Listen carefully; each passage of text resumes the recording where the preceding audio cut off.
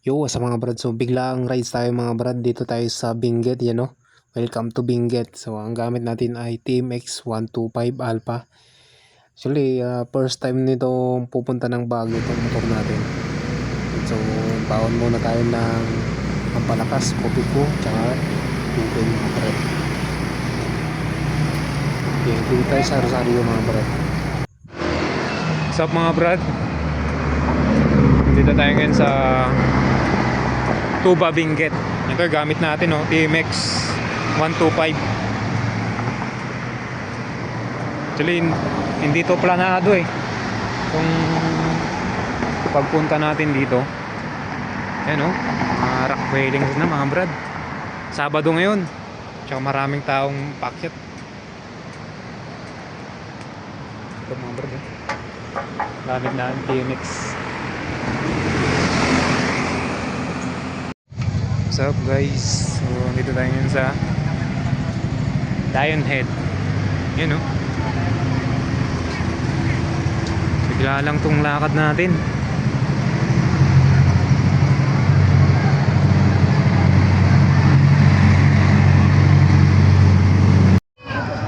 Ito yung video natin. Dito na tayo sa Lion Head, dito sa Canon. So, wala tayong video na ng motor tayo. Ito lang kasi nakalimutan natin yung pang motovlog natin na test trap. So ganyan lang mga brad. Maraming tao dito na tuwing Sabado, maraming tao dito Yung iba dito ang gamit nila is mga Click 125 tsaka iba marami din nagbumotor tsaka nakabike pa, mas malapit pa yung nakabike. Tingin tayo ng pwedeng makita dito mabili. Ito sana hindi naman kasya sa motor natin to.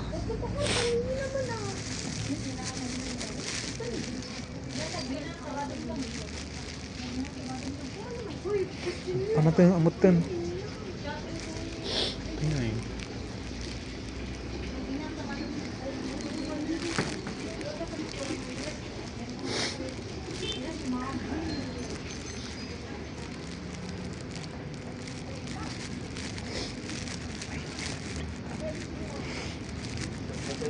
Strawberry jam. Siguro natin After 30 minutes, konti na lang po yung tao dito. So hindi kagaya ka kanina.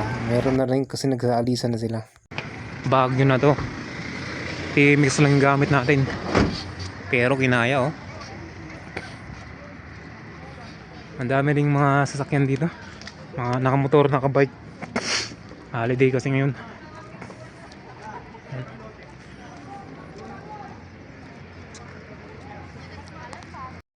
So after ng pagmumotor natin sumikot tayo ng mainit na sabaw, at ito yung parang napapanood ko to sa igorot na vlogger. So masarap din tong may beans siya, baboy, tapos may beans.